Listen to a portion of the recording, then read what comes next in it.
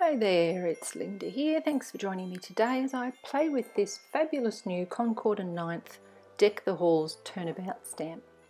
So first of all, you've got to prepare the stamp ready for your turnabout stamping, and you need to remove all the plastic from both sides of it and lay it down on this special sheet that you get in the pack, and you match up the stamp with the image on the cardstock piece.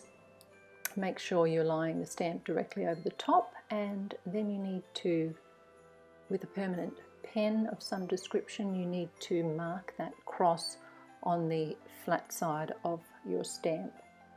So probably a wooden ruler would be better because that stuck so well. It took me 5 minutes to get it off. I did come back in later, and over the top of the multi-liner I used a black Nico pen, which may be an Australian brand, I don't actually know, but it's more of a permanent pen. The other one was coming off. Then you make your jig. This is a 6" by 6" piece of scrap card, which you rule up on the diagonal and number the corners. And then you are all ready to go with your turnabout stamp. So you place it on, matching up the lines, and then you're going to adhere the cardstock that you want to stamp on into the center of that. And I just use a little bit of double-sided tape. You could use repositionable adhesive. I couldn't find mine, and then I did.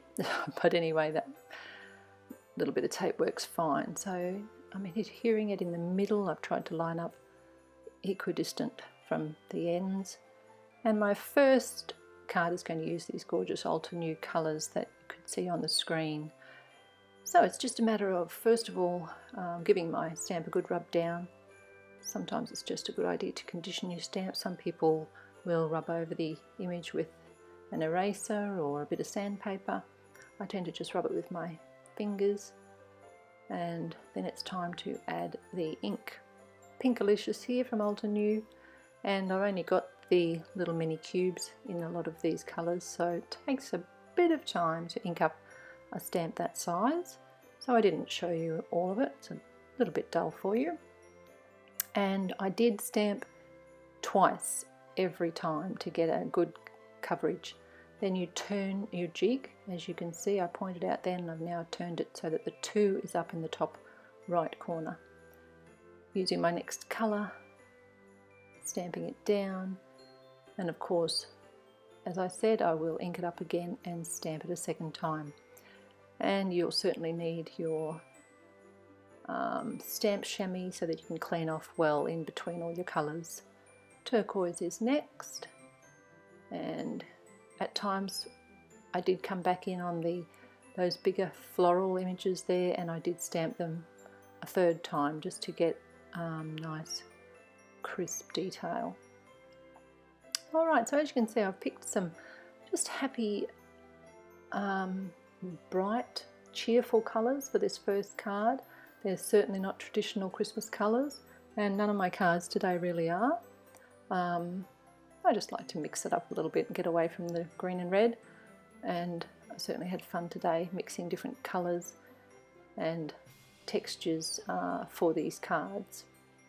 And my last colour is finished now, and as you can see, how pretty does that look? I just love it. And here's the card that I made from that piece, with a little tag on the side and a bit of twine detail, and the sentiment from an Ulta New set called Happy Holidays. So these are the 4 stamp sets for the second card, and here's the result. And that's a nice little bit more of a pastel look for that one, again with a bit of twine on the side and a few rhinestones added to the flowers. And this one I'm using some bolder colours and some silver heat embossing, and what a beautiful effect it gives. Oh, that silver heat embossed area is just gorgeous.